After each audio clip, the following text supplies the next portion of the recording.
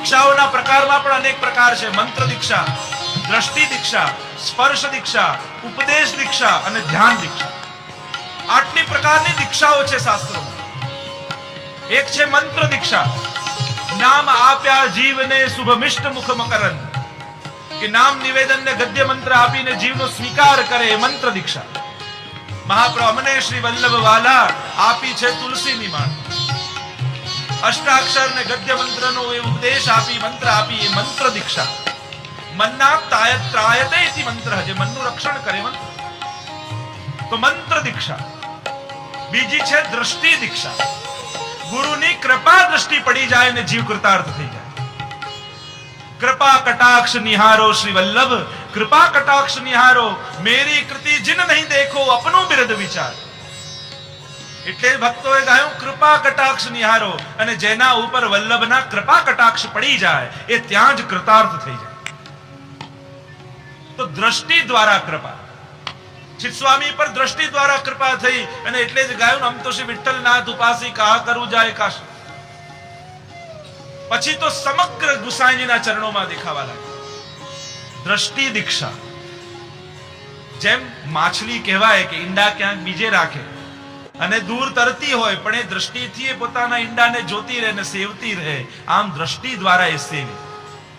એમ ગુરુની એક કૃપાનું લક્ષણ છે દ્રષ્ટિ દ્વારા. એમ કદાચ વાત ન થતી હોય, બોલતા ના હોય, પ્રશ્નોત્તરી ન થતી હોય, પણ જીવ સન્મુખ આવે અને એના ઉપર ગુરુદેવ કૃપા દ્રષ્ટિ કરે તો એ દ્રષ્ટિ માત્રથી એનું કલ્યાણ થઈ. આ દ્રષ્ટિ દીક્ષા. ત્રીજી છે સ્પર્શ દીક્ષા. કરત કૃપા હસ્ત દે માથે. કોઈના ઉપર પ્રાચીન કાળમાં કેટલીક દીક્ષાઓમાં તો ચરણનો અંગુષ્ઠ એના મસ્તક પર લગાવવામાં આવતો અને એ દ્વારા સ્પર્શ દીક્ષા આપવામાં આવતી. શ્રી હસ્ત કમલ મસ્તક પર પડી જાય અને એના પર કૃપા થઈ જાય. આ સ્પર્શ દીક્ષા. જેમ પક્ષી પોતાના ઈંડાને સેવે, ઈંડા ઉપર પક્ષી બેસી જાય અને પોતાની સમગ્ર ચેતના એના ઉપર પધરાવે અને એમાં કોઈ જીવને પ્રગટ કરે. એમ ભગવાને તો જીવ મોકલ્યા સંસારમાં, પણ એ જીવને ભક્ત બનાવવાનું કામ ગુરુએ કર્યું છે. ભગવાન તો જીવ મોકલે છે, ભગવાન તો પથ્થરો મોકલે છે, પણ એને કંડારીને મૂર્તિ બનાવવાનું કામ ગુરુ કરે છે. સ્પર્શ દીક્ષા. ચોથી દીક્ષા છે ધ્યાન દીક્ષા.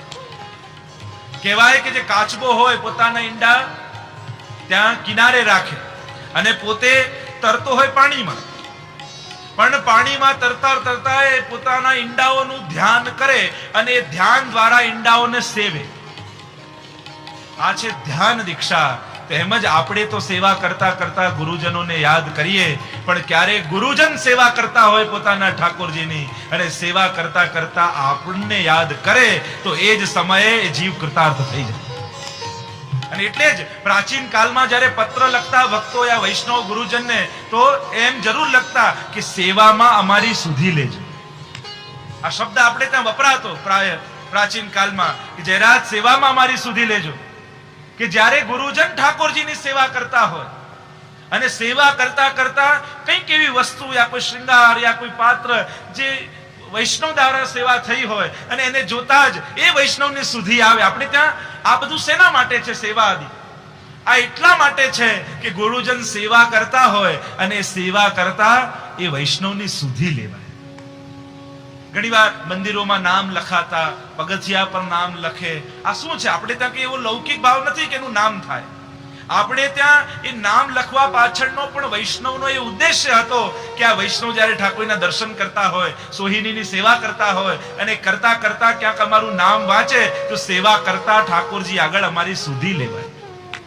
આવો અલૌકિક ભાવ હતો નામ પાછળ કે અમારી સુધી ઠાકોરજી આગળ લેવાય. અને તમને ક્યારે આપણને ગુરુએ યાદ કર્યા એમ કેમ ખબર પડે? આજે આપણને ગુરુજને યાદ કર્યા એમ આપણને ખબર કેમ પડે? જ્યારે સેવા કરવા બેઠા હોઈએ અને સેવા કરતા કરતા આજે કંઈક જુદો જ ભાવ, કંઈક રોમાંચ થઈ રહ્યો, કંઈક અશ્રુપાત થવા લાગે એવી સ્થિતિ આવી જાય, રડવાની ઈચ્છા થાય, એવો ભાવાવેશ થઈ જાય અને રોમ રોમમાં રોમાંચ થવા લાગે સેવા કરતા કરતા. જ્યારે ઠાકોરજી પ્રગટ હમણાં અનુભવ જતા આવશે એવો ભાવ થઈ જાય. ત્યારે માનજો કે આજે ગુરુજને સેવા કરતા કરતા, સંધ્યા વંદન કરતા કરતા મને યાદ કર્યો છે. જ્યારે આવી સ્થિતિ આવે ત્યારે એમ માનવું કે મારી સુધી ક્યાંક લેવાઈ છે, ગુરુજનોએ મને ક્યાંક યાદ કર્યો છે. વાર્તા સાહિત્યમાં તો આવે છે, ગુસાઈજી પાસે એક વૈષ્ણવ રોજ આવતા, તો ગુસાઈજી રોજ એના પર ખીજાતા, રોજ નારાજ થતા. થોડા દિવસ થયા ને નતો દેખાય નહીં, એટલે ગુસાઈજીને યાદ કરવા લાગ્યા, પેલો વૈષ્ણવ કેમ નથી આવતો? તો બધા આસપાસના વૈષ્ણવ કે જયરાજ આને તો આપ જુઓ છો નારાજ થાવ છો અને એને યાદ કરો છો. તો ગુસાઈજી કહે કે મારો સાચો કૃપા પાત્ર છે કે તમારી આગળ તો તમારી પ્રશંસા કરું તો રાજી થાવ, તો તમારો ભાવ ટક્યો રહે, પણ એને તો હું નારાજ થાઉં છું, એનું અપમાન કરું છું, તો એનો ભાવ ક્યારેય વિચલિત થતો નથી. એ મારો સાચો સેવક છે. તો ગુસાઈજી જેનું સ્મરણ કરે, ગુસાઈજી જેને યાદ કરે, શ્રી ગુસાઈજી તો કેવા પરમ કૃપાળ. અહીંયા ભક્તોને મનોરથ થયો હોય અને ક્યારે પૂરો થાય એની ચિંતા ગુસાઈજી નથી. વાર્તા સાહિત્યમાં પ્રસંગ આવે છે, ગામના બધા વૈષ્ણવ ભેગા મળી ગોકુલમાં ગુસાઈજીના દર્શન કરવા માટે જવા તૈયાર થયા અને બધો જ સંઘ જઈ રહ્યો હતો. ત્યાં એક વૈષ્ણવ ખેતરમાં કામ કરતો હતો અને સમાચાર મળ્યા, નિષ્કંચન વૈષ્ણવ છે, અને સમાચાર મળ્યા કે બધા વૈષ્ણવો જઈ રહ્યા છે. અને મનમાં મનોરથ થયો કે ગુરુદેવના દર્શન મને પણ થાય, ગુસાઈજી પ્રભુ ચરણના દર્શન મને પણ થાય. અને ગામના નગર શેઠો જતા હતા, એમની પાસે આવીને વિનંતી કરી કે તમે મને પણ સાથે લઈ જાઓ, મારી પાસે બીજું તો કાંઈ નથી, પણ આખી યાત્રા દરમિયાન હું તમારી સેવા ચાકરી કરીશ, પણ મને સાથે લઈ જાઓ. તો બધા નગરજનના શેઠોને થયું કે સેવામાં જરૂર પડશે, આની યાત્રામાં બધું કામ લાગશે. નક્કી કર્યું કે ચલ તને પણ લઈ જઈશું. અને આ આખી યાત્રા દરમિયાન બધા જ વૈષ્ણવની ચાકરી કરતો કરતો આગળ જવા લાગ્યો, બધાની સાથે સાથે. અને બધાએ ચાલતો ચાલતો સંઘ આવ્યો ગોકુલની બહાર. હજી ગોકુલ થોડા કિલોમીટર દૂર છે અને બધા વૈષ્ણવ પોતાની ભેટ કાઢવા લાગ્યા. કોઈએ કહ્યું ગુસાઈજીને સાચા મોતીની માળા ધરાવીશ, કોઈએ કહ્યું આટલું ઉત્તમ વસ્ત્ર લાવ્યો છું એ ગુસાઈજીને ધરાવીશ, કોઈએ રત્નોની હાર કાઢ્યો, આજે હું ગુસાઈજીને આ ધરાવીશ. અને બધા પોતપોતાની ભેટ કાઢવા લાગ્યા. અને દૂર ઉભો ઉભો આ નિષ્કંચન વૈષ્ણવ જુએ, ગુસાઈજીને હું શું ધરાવું? મારી પાસે તો કાંઈ નથી ધરાવવા માટે, અને ખાલી હાથે ગુરુદેવની પાસે કેમ જાઉં? બધો સંગ તો નીકળી ગયો ગુસાઈજીના દર્શને, અને આ અહીંયા બેઠો બેઠો તાપ કરે, હે ગુરુદેવ હું આપને શું ભેટ ધરું? અને કઈ ન સૂજ્યું, ચાલવા લાગ્યો ને જોયું તો ખેતરોની આસપાસ સુંદર સુંદર ફૂલો ઉગ્યા છે. અને મનમાં મનોરથ થયો, બીજું તો કાંઈ નહીં, પણ આ ફૂલો ચૂંટીને સુંદર પુષ્પની માળા સિદ્ધ કરું અને ગુસાઈજીને ધરાવીશ. અને દોડતો ગયો ખેતરોમાં, ફૂલો ચૂંટવા લાગ્યો, સુંદર માળા સિદ્ધ કરી. આ બધા નગર શેઠો તો પહોંચી ગયા ગુસાઈજીને ત્યાં, બધી ભેટો કિંમતી કરી કાઢીને ધરવા લાગ્યા. પણ ગુસાઈજીનું ચિત્ત બેચેન છે. એમનું ચિત્ત છે પેલા નિષ્કંચન વૈષ્ણવમાં. પેલા એ માળા તો સિદ્ધ કરી, પણ ભર ઉષ્ણકાળના દિવસો હતા અને આ વૈષ્ણવને થયું કે જો આ ચાલતો ચાલતો હું જઈશ તો ત્યાં સુધી તો મારા ફૂલો કરમાઈ જશે. અને એમ વિચારીને હાથમાં માળા લઈને દોડવા લાગ્યો એ વૈષ્ણવ કે જલ્દી પહોંચી જાઉં ગુસાઈજી પાસે. અને અહીંયા ગુસાઈજીને ચિંતા થઈ કે આ ઉષ્ણકાળના દિવસ છે અને મારા વૈષ્ણવનો મનોરથ જો અડધો રહી જાય, જો કરમાઈ જાય ફૂલો, અને મારા વૈષ્ણવનો મનોરથ હું અડધો ન રહેવા દઉં. સેવકોને કહ્યું કે અશ્વ બહાર કાઢો, ઘોડો બહાર કાઢો. ઘોડો બહાર કાઢ્યો. ગુસાઈજી પ્રભુ ચરણ ઘોડા પર બિરાજમાન થયા. લગામ ખેંચી તુરંગ ચાલે વાયુ વેગે ઉતાવળો, જેમ નૌકા ચાલી સિંધુ તરવા. અને અશ્વને દોડાવતા, અહીંયાથી વૈષ્ણવ દોડે, અહીંયાથી ગુસાઈજી ભાગતા આવે. અહીંયા અશ્વને તેજ દોડાવતા દોડાવતા ગુસાઈજી પધાર્યા. અહીંયાથી વૈષ્ણવ ભાગતો ભાગતો આવ્યો. સામે વૈષ્ણવ દેખાયો. ગુસાઈજી અશ્વ પરથી નીચે પધાર્યા, દોડવા લાગ્યા એની તરફ. અને અહીંયાથી વૈષ્ણવ દોડતો આવ્યો અને જ્યાં ગુસાઈજી પાસે આવ્યો ને ચરણમાં પડ્યો અને ગુસાઈજી ઊભો કરીને એને ગળે ભેટી દીધા. અને ત્યારથી જ મને લાગે છે પુષ્ટિ માર્ગમાં શબ્દ દક્ષિણા નથી પણ ભેટ છે. આપણે ત્યાં શબ્દ શું છે? ભેટ ધરીને આવે. અને કદાચ સાચું ભેટ તો આ ગુસાઈજી જે ભેટ્યા એ જ છે ભેટ. અને ગુસાઈજીએ ગળે લગાડી લીધો એ વૈષ્ણવને અને કહ્યું કે લાવ મારી માળાજી. અને વૈષ્ણવે પુષ્પની માળાજી ધરાવી. ગુસાઈજી એને છાતી સરસો ચાપ્યો.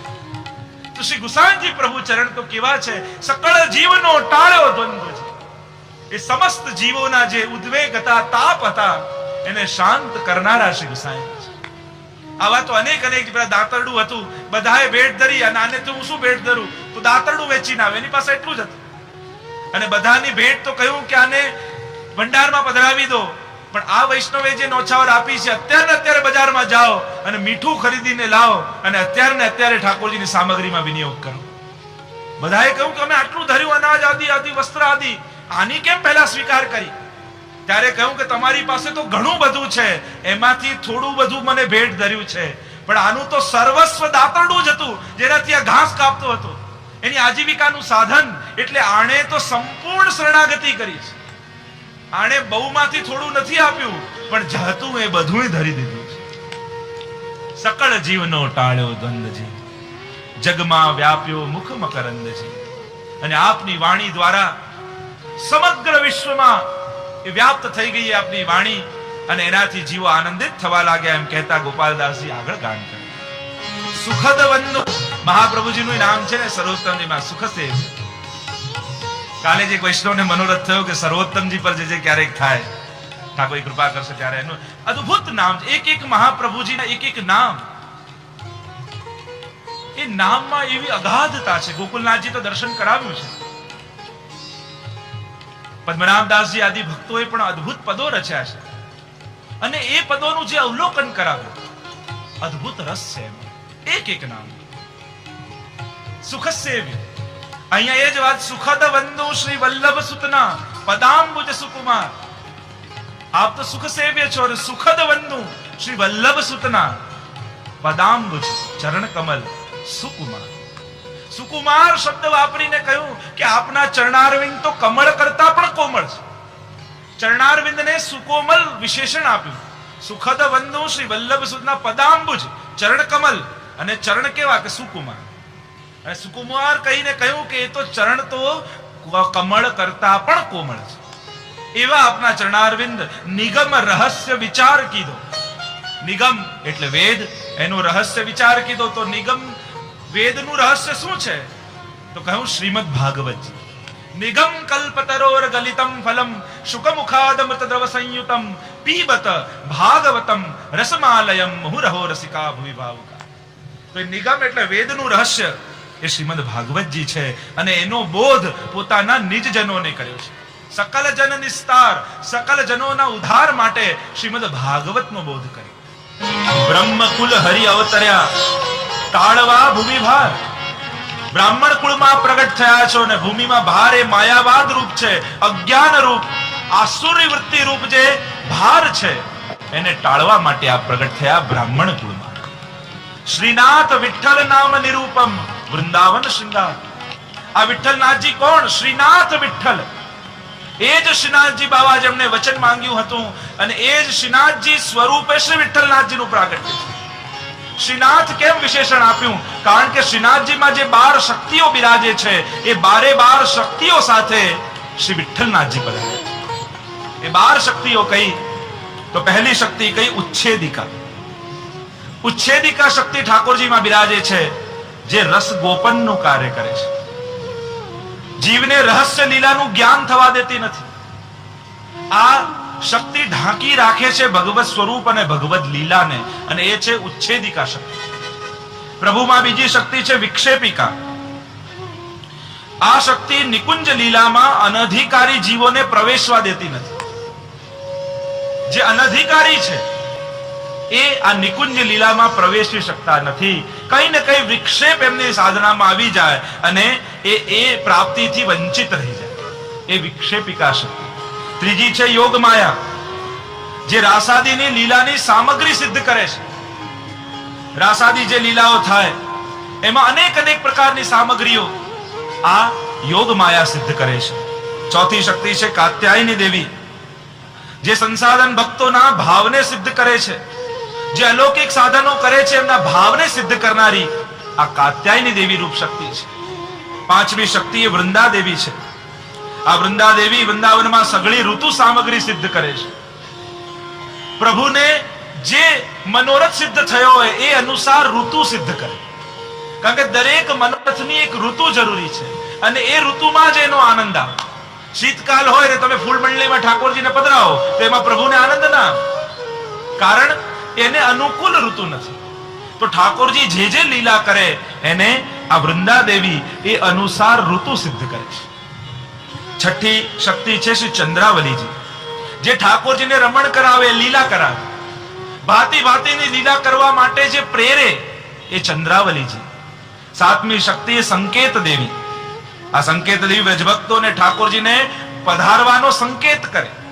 જ્યારે સમગ્ર મનોરથ સિદ્ધ થઈ જાય, સજાવટ થઈ જાય અને બધું સિદ્ધ થઈ ગયું, લીલા સામગ્રી આદિ, ત્યારે એક તરફ ઠાકોરજીને સંકેત કરે કે પધારો, બધો મનોરથ તૈયાર છે. એક તરફ વ્રજભક્તોને સંકેત કરે અને આમ બંનેને સાથે પધારવાનો સંકેત કરે આ સંકેત દેવી. આઠમી શક્તિ છે લલિતા દેવી. આ મધ્યાજી રૂપે છે. માનાદી લીલા જ્યારે ઠાકોરજી અને વ્રજભક્તોની થાય તો આ લલિતા દેવી કે ઠાકોરજી માન ધારણ કરી લે સ્વામીજી અથવા અન્ય વ્રજાંગનાઓથી, ત્યારે આ મધ્યાજીનું કાર્ય કરે.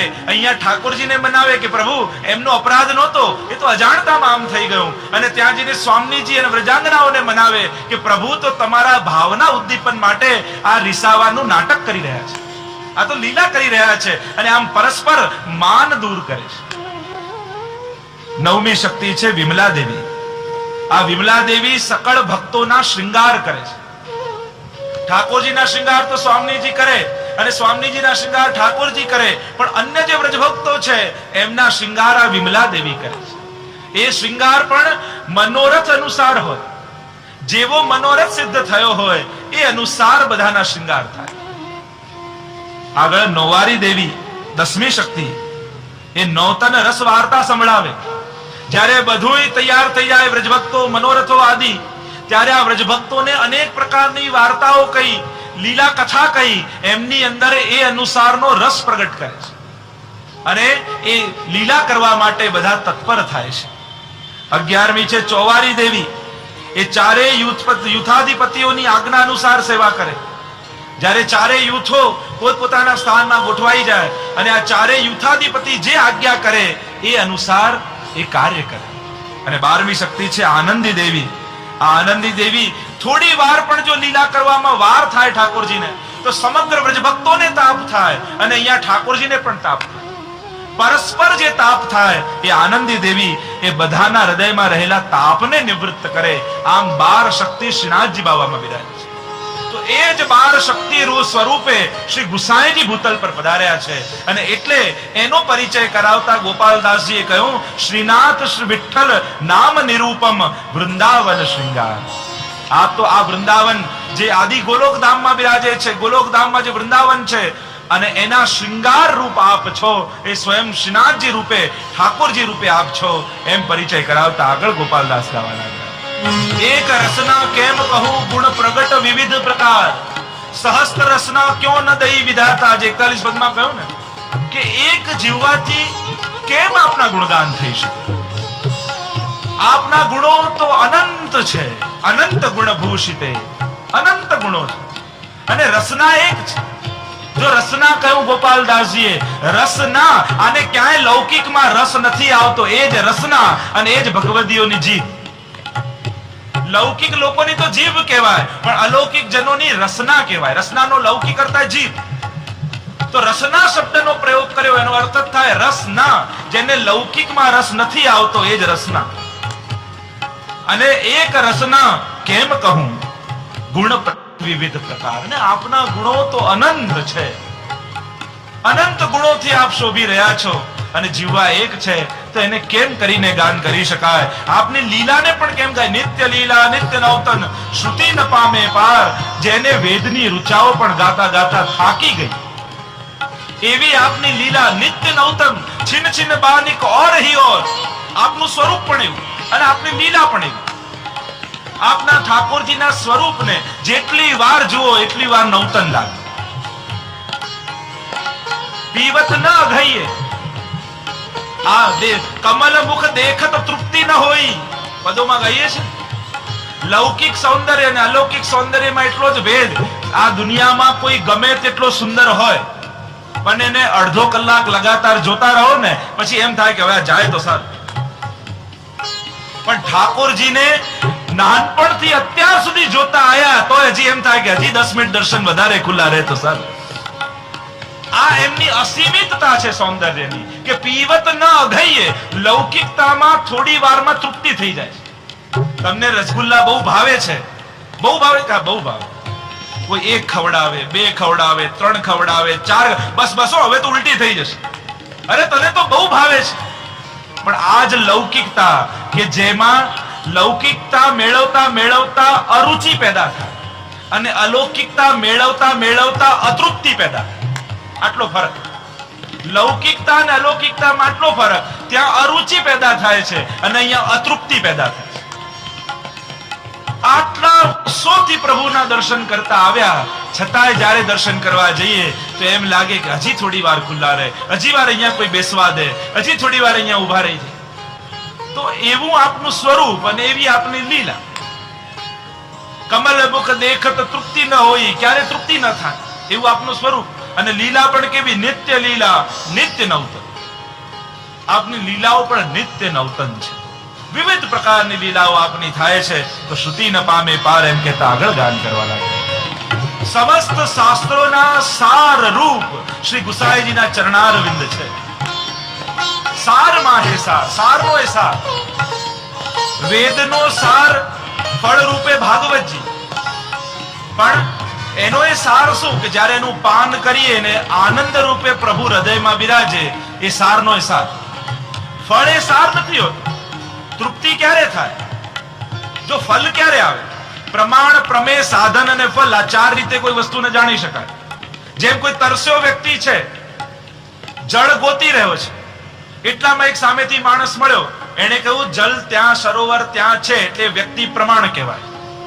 તરસ છે એ પ્રમેય કહેવાય, કે પીવાની તરસ. સરળ ભાષામાં ચાર વસ્તુ સમજાવું. તરસ છે પ્રમેય કહેવાય. વ્યક્તિ મળ્યો ને એને કહ્યું કે અહીંયા જળ છે, તો એ પ્રમાણ છે. એ તરફ ચાલવા લાગ્યો, એ સાધન. અને જળ પીધું એ ફળ નહીં, પણ જળ પીધું અને જે તૃપ્તિ થઈ એ ફળ. તો એમ જ ભાગવત એ સર્વ વેદોનું ફળ છે, પણ એનું સાર કયું કે એના દ્વારા જે હૃદયમાં અલૌકિક આનંદ પેદા થાય. તો એ જે અલૌકિક આનંદ છે એનું સ્વરૂપ જ એ ગુસાઈના ચરણારવિંદ છે. શ્રી ગુસાઈજીના ચરણારવિંદથી એ પરમ આનંદનો અનુભવ, જે ત્રિભુવન મંગલ પરમાનંદજી, એ પરમાનંદનો અનુભવ જીવને થાય છે. તો સાર માહે સાર, તત્વ માહે તત્વ, ત્રિભુવન ભક્તનો આધાર. તત્વના પણ તત્વ રૂપ આપ છો અને ભક્તનો આધાર છો. ભક્ત કોના આધાર પર ભક્તિ માર્ગ પર ચાલે? તમે કયા આધાર પર? જેમ આંધળો લાકડીના ટેકે જાય તો એનો આધાર છે, તો એમ આ દૈવી જીવ કોના આધાર પર આ માર્ગ પર વધી રહ્યો છે? તો કહું શ્રી ગુસાઈજીના ચરણ કમલ પર. અને કેવી રીતે? મીન રહત જલ આસરે, નિક્ષત હી મર જાય, ત્યો શ્રી વિઠ્ઠલનાથ કે ચરણ કમલ ચિત લાય. વલ્લભ સાખીમાં હરિરાયજી કહે છે કે ગુસાઈજીના ચરણનો આધાર કઈ રીતે ભક્તોએ લીધો છે. આધાર નૌકાની જેમ નથી લીધો કે નાવ પેલે પાર ઉતરવું છે તો નાવમાં બેઠા, પણ પેલો પાર આવી ગયો પછી નાવને માથે લઈને નથી ફરતા, એ તો ત્યાં છોડીને આગળ વધી જાય. તો ગુસાઈજીના ચરણોનો આધાર આ રીતે નથી લેવાનો, પણ કઈ રીતે? મીન રહત જલ આસરે, નિક્ષત હી મર જાય.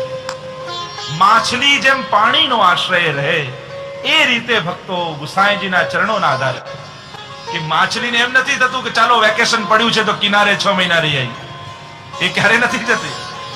એ તો માછલી તો જલથી બહાર નીકળે તો તડપીને મરી જાય.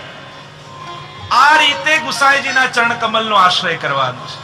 અને જાકુ જાકો આશ્રય, તાકુ તાકી લાડ. આપણે ત્યાં કહ્યું કે નદીમાં પૂર આવે તો મોટો હાથી નદીમાં જાય ને તો એ તણાઈ જાય.